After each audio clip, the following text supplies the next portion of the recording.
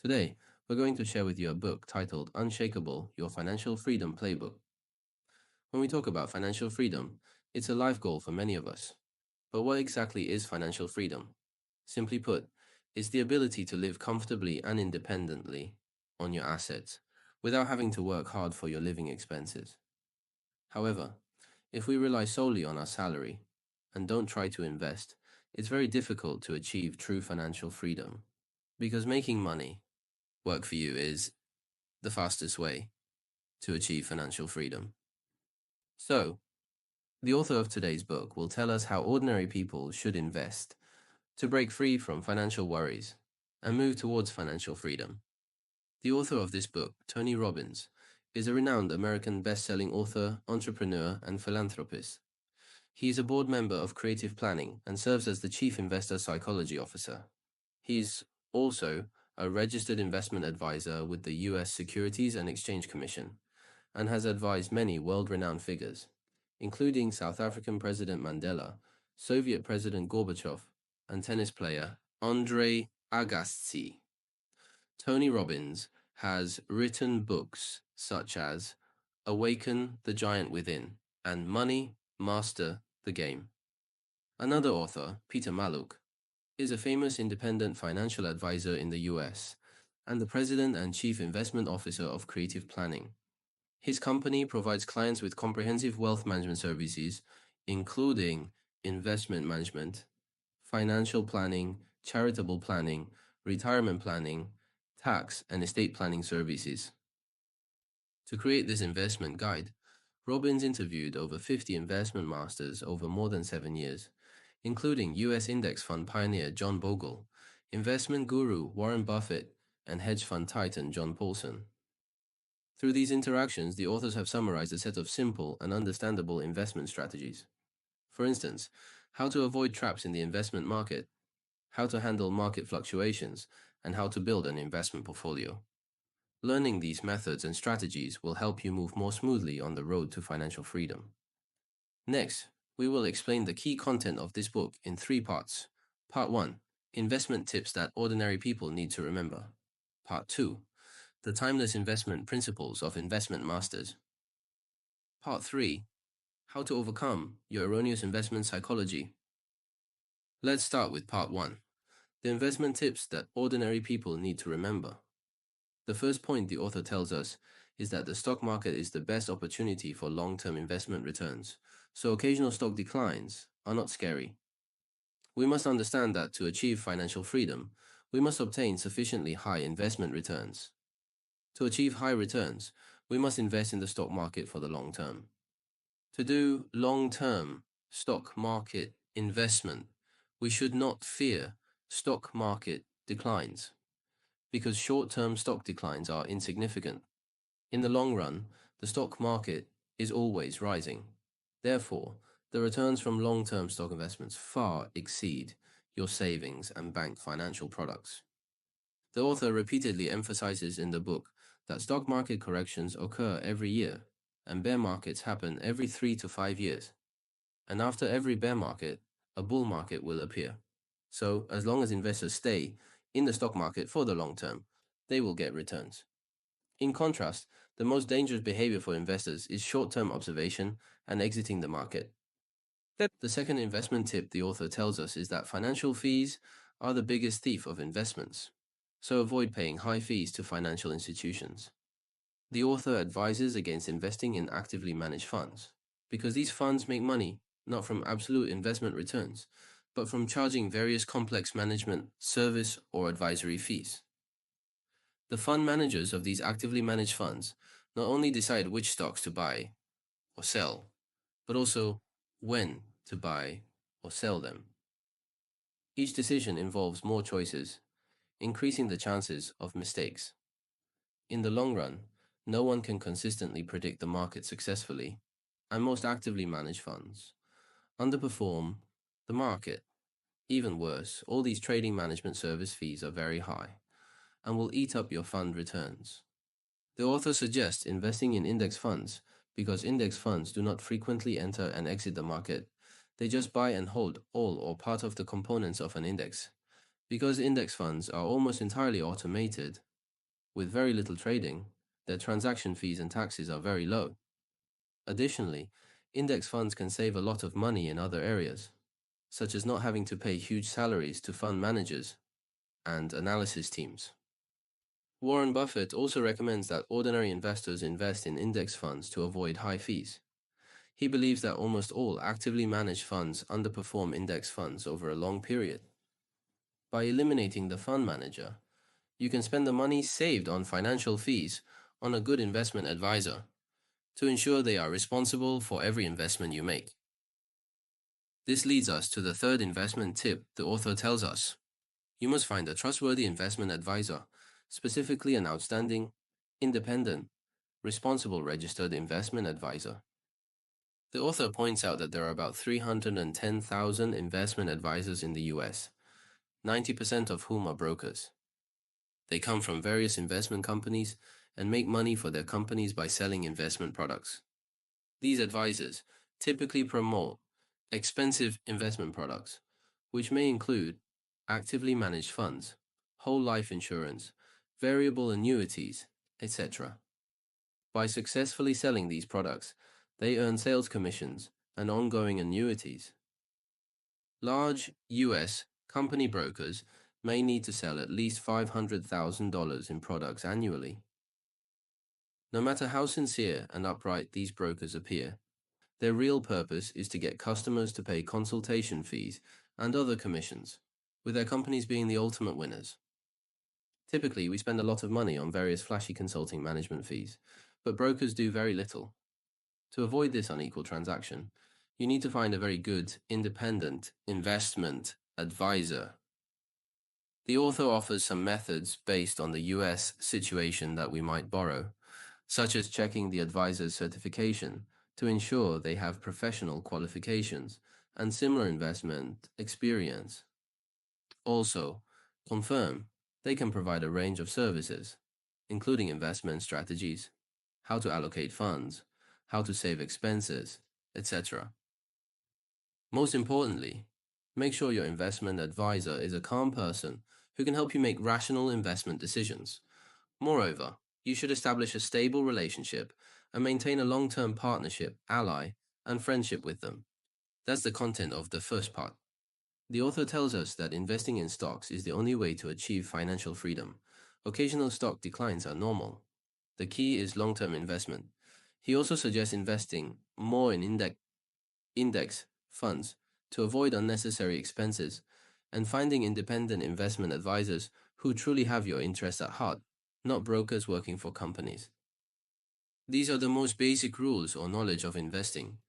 But for experts who have been battling in the investment circle for many years, they develop some unique senses or investment principles, which the author has also summarized for us. Let's look at the second part. What are the core investment principles followed by investment masters? The first core principle they follow is to avoid losing money, because top investors understand that the more you lose, the harder it is to recover. Let's take an example. If you invested $100,000 and lost 50%, you now have $50,000 left. If you then earn a 50% return on this $50,000, you now have $75,000, still a loss of $25,000. If you want to earn back the original $100,000, you need to find a way to get a 100% return with $50,000. This might take more time, which is why Buffett has two investment rules. Rule number 1 is never lose money. Rule number 2 is never forget rule number 1. All successful investors are very cautious about preventing risks from unexpected events and their potential mistakes. Only by minimizing unexpected losses and preserving capital do investors have the chance to make greater profits. The second core principle, followed by investment masters, is the asymmetric risk-reward principle. Simply put, this means that the investment return must far exceed the risk. Investment winners always look for opportunities where they can get the highest returns with the lowest risks. Even if there are losses initially, one big win can bring substantial returns. Wall Street's trading expert Paul Tudor Jones follows a 5.1 principle when making investment decisions, risking losing $1 to earn $5, ensuring a 20% investment success rate. Even if he is wrong 80% of the time, he can still avoid losing money. In practice, Paul's success rate is much higher than this. Expert investors are good at finding these asymmetric risk-reward opportunities to lower the probability of losing money and increase the chances of making money. The third core principle followed by investment masters is legal and reasonable tax avoidance. The money in your investment account is not truly yours. Only the net profit after paying income tax is the money you can spend. The US tax law is very complex, with federal taxes and state taxes. There are significant differences between high-income earners' income taxes and ordinary income taxes. In the US, the capital gains tax on investment returns is very high, and taxes can easily swallow 30% or more of your investment returns. So, legal and reasonable tax avoidance, maximizing after-tax returns, is very important for investors. The author mentions that all the billionaires he knows have one common trait. They and their advisors are very savvy about taxes. They understand that the money in hand is real and that different investments involve different tax regulations. The larger and more alternative the investment, the more complex the tax rules. Therefore, for investors, achieving higher investment returns through legal and reasonable tax avoidance requires considering tax items and tax rates in advance. The fourth core principle followed by investment masters is diversification, which means not putting all your eggs in one basket. This is also the most fundamental investment principle. Many of us know to diversify investments, but do not persist in the long term. Often, when a project earns more, we want to concentrate our investment to earn more returns. Or when a project loses more, we want to concentrate our investment to quickly recoup the losses. But the result is often losing more and faster. Therefore, to achieve consistent investment returns, individual investors must learn to diversify their investments. This means not only diversifying across different asset types to avoid putting all your money into a single type of investment, but also diversifying within the same asset type. Additionally, in terms of investment scope, it's crucial to diversify investments globally across different countries and markets, rather than focusing solely on the domestic market. In terms of investment timing, avoid purchasing a large amount of the same product all at once. Instead, consider buying in phases or installments. By consistently diversifying investments in this way, over the long term, we can significantly reduce investment risks. That concludes the second part of our discussion, the 4 core investment principles of top investors. They strive to reduce investment risks and increase returns by following these methods. While these strategies can help you cope with crises, even mastering these investment skills and principles doesn't guarantee a smooth path to financial freedom. This is because we all face our greatest enemy, ourselves. Our psychological barriers and misconceptions often prevent us from making the right investment decisions. Now let's move on to the third part, how to overcome our erroneous investment psychology. First, we need to recognize that we have inherent psychological barriers when facing investment risks. Neuroscientists have discovered that the part of the brain that processes financial losses is the same area that responds to life-threatening situations. The primary goal of the human brain's evolution is to avoid risks and ensure survival. This survival instinct often leads us to make poor decisions in investment. For example, when facing a stock market crash, most people instinctively want to sell off their stocks. However, long-term facts and rationality tell us that bear markets are often the best opportunities to create wealth because bear markets will eventually turn into bull markets.